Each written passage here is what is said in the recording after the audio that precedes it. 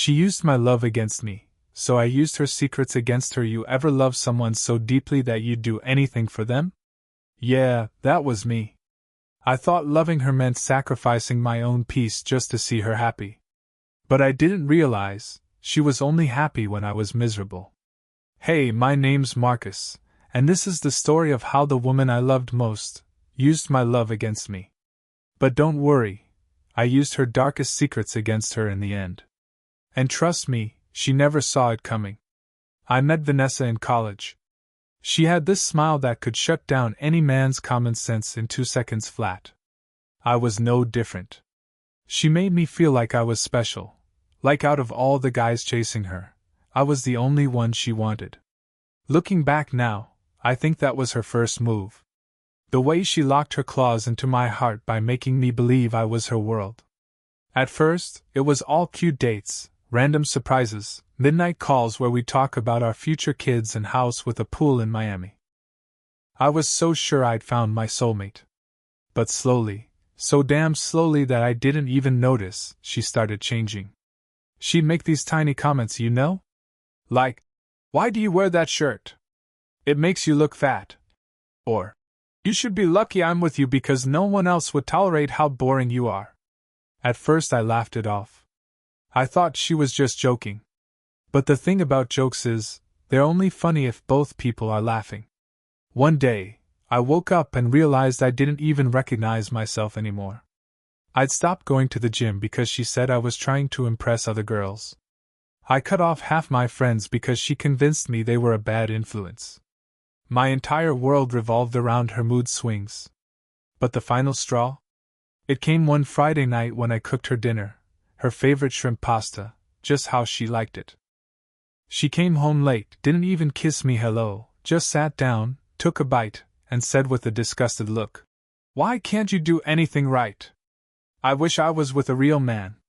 That's when I realized, this woman never loved me. She loved the power she had over me. That night, while she was sleeping peacefully beside me, I sat up in the dark, staring at her, thinking about all the secrets she'd ever told me. Secrets she begged me never to tell anyone. And in that moment, something inside me flipped. Because if she could use my love against me so easily, then I could use her secrets against her. That night, I barely slept. I just lay there, staring at the ceiling fan spinning above me, feeling this heavy ball of anger and pain sitting in my chest. You know that feeling when your heart is screaming but your mind is completely numb? Yeah. That was me. I kept thinking about every single moment I'd let her belittle me. Every time I cooked her dinner, bought her flowers, picked her up when her car broke down, stayed up all night to help her study for her degree. Every time I showed up for her when no one else did, and how she just brushed it off like it was nothing. Like I was nothing. Around 4 a.m., I quietly got out of bed and went to the living room. I sat there in the dark, scrolling through my phone. That's when I saw her messages. See, Vanessa wasn't as slick as she thought she was. Months ago, she'd logged into her Facebook on my phone and forgot to log out. I never checked her stuff because I trusted her. But now, trust wasn't even in my vocabulary anymore.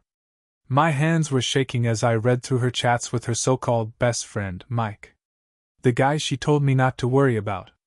The guy she called her brother from another mother. Turns out, she wasn't treating him like a brother at all. They were sending each other the kind of stuff that made me want to throw my phone across the room. Pictures, plans to meet up, laughing at how clueless I was.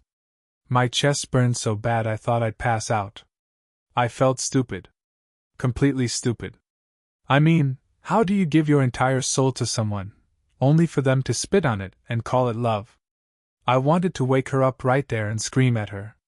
Shake her shoulders and ask her why she destroyed me like this. But then, another feeling washed over me. A cold, calm, dangerous feeling. Revenge. She thought she had power over me. She thought she could cheat on me, belittle me, humiliate me, and I'd still come crawling back like a dog. But she had no idea who she was dealing with. Because remember those secrets I told you about? The ones she trusted me with? Yeah, turns out she never should've. And as I sat there, staring at her sleeping peacefully in the room down the hall, I whispered to myself, "Game on, Vanessa!" The next morning, I woke up before her. I didn't sleep much, but somehow, I felt more awake than ever. It's like that pain in my chest turned into fuel. I went to the kitchen, made myself coffee, and sat there, just thinking. Around 9 a.m., Vanessa walked in wearing my old college t-shirt like nothing was wrong. She kissed my cheek and smiled. "Morning, baby." I forced a smile back. I don't even know how I managed that. Watching her act all sweet and innocent made my stomach twist. She sat down, scrolling on her phone, laughing at something. I just stared at her. And you know what's messed up? Even after everything I saw, a small part of me still loved her. That's what toxic love does to you. It chains your heart to someone who keeps stabbing it. After she left for work, I opened her laptop. She rarely took it with her. I knew her password, my birthday. Ironic, huh? The first thing I saw was her emails. And that's when I found it. She wasn't just cheating with Mike. She was planning her future with him. There were emails with apartment listings. Conversations about getting rid of the deadweight, which apparently was me. She told him once I helped her finish paying off her student loan, she'd leave me. That was the plan all along. But it gets worse. She had been sending money from our joint account to her personal secret account. Thousands of dollars. Money I'd been saving for our wedding, our house deposit, our future. Gone. Just like that. I felt like the floor under me collapsed. I was gripping the edge of her desk so hard my knuckles turned white. My ears were ringing. My heart was beating so fast it hurt. Everything, every single thing, was a lie. That's when I saw a folder on her desktop. Hidden under random files, labeled with an old date. I clicked it. There were videos. Videos of her, with Mike. In my house. On my couch. In my bed. My hands started shaking so badly I could barely breathe. Tears blurred my eyes, but I didn't let them fall. Because in that moment, the pain inside me hardened into something else. I wasn't going to just leave her. No. That would be too easy for her. She wanted to use me to build her life with him? She wanted to humiliate me like this? She had no idea that she just handed me the weapon I needed to destroy her completely. And as I watched those videos, feeling my soul burn away, I whispered to myself, "This is it." She chose war. After seeing those videos, I sat there for what felt like hours, just staring at the screen.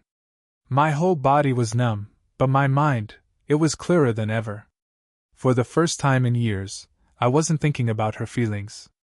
I was thinking about mine. About the man I used to be before she broke me down piece by piece. I backed up every single video, email, and bank statement onto a hard drive. Then I packed a small bag with my essentials. I didn't want to waste a second. I wasn't going to sit around crying while she laughed behind my back. First, I called my boss and asked if I could work remotely for a while. He agreed, since I'd been one of the top performers. Then, I drove straight to my lawyer's office. Vanessa didn't know I'd been secretly saving some extra money from freelance projects. Enough to get solid legal advice. When I showed the lawyer everything, the stolen money, her cheating, the proof of her manipulation, he just shook his head and said, "Son, she messed with the wrong man." That night I didn't go home. I stayed at a cheap motel nearby. I watched those videos again. Not to torture myself, but to kill any leftover love I had for her. Each second burned away my weakness, replacing it with resolve. The next morning, I started executing my plan. First, I transferred what remained in our joint account into my personal account. Legally, it was fine, I'd been depositing most of it anyway. Then I called her university and anonymously reported her for academic dishonesty. Remember those nights I stayed up helping her write her thesis? Yeah. I did more than help. I basically wrote half of it while she partied with Mike. After that, I emailed copies of her videos to her strict religious parents. I knew it sounded cruel. But she left me no choice. They always saw me as the respectful future son-in-law. They deserved to know the truth about their daughter's double life. Finally, I sent her one message. Just one. Check your email. Within minutes, she was calling me over and over again. I didn't pick up. I blocked her number. Her parents tried calling too, but I ignored them. That was no longer my problem. I checked out of the motel and drove to my friend's cabin upstate. As I sat on the porch, watching the sun set behind the pine trees, I felt free. For the first time in years. But deep down, I knew this wasn't the end yet. There was still one thing left to do. Because destroying her lies wasn't enough. She needed to hear the truth from my own lips. Face to face. And when I finally confronted her, it was a moment I'll never forget. A week later, I finally agreed to meet Vanessa. She'd been emailing me nonstop, begging to talk. Part of me didn't want to see her ever again, but another part needed closure. Needed her to see what she turned me into. We met at a small coffee shop near her workplace. She walked in looking like a mess, hair unwashed, eyes swollen from crying. She sat down across from me and immediately reached for my hand. "Marcus, please, you have to forgive me," she whispered, tears rolling down her cheeks. I pulled my hand back. For a moment, I just looked at her. This woman I once thought was my whole world. And now, she was nothing but a stranger who destroyed the man I used to be. She started rambling about how Mike meant nothing, how she was confused, how she didn't mean to steal my money, how her parents disowned her after seeing those videos. She said she lost everything. And you know what? I didn't feel happy. I didn't feel victorious. I just felt empty. "Vanessa," I said quietly, "do you even hear yourself? You're not sorry for what you did. You're sorry you got caught." She cried harder, grabbing tissues, shaking her head. "No, Marcus, I swear I love you. I'll change. I promise." I almost laughed. Love? After everything she did? I leaned back and looked her dead in the eyes. "You didn't love me, Vanessa. You loved using me. You loved how I made you feel powerful. But guess what? I took that power back." She was sobbing uncontrollably now, drawing stares from people around us. I didn't care. I stood up and said the words I'd been waiting to say. "I don't hate you. I just don't care anymore. Have a nice life." And I walked out of that coffee shop without looking back. As I got in my car and drove away, I felt this strange mix of pain and relief washing over me. I thought revenge would make me feel powerful. And in a way it did. But what truly set me free was finally letting go of the love I had for her. Because that love wasn't real. It was just chains. Now, months later, I'm back in the gym, working on myself, spending time with friends I'd pushed away, and learning to love my own company. I don't rush to find someone new. I don't need to. Because the biggest lesson I learned from all of this is simple: never give someone the power to destroy you. And if they try, let them watch you rebuild yourself into someone they can never touch again. Thanks for listening to my story.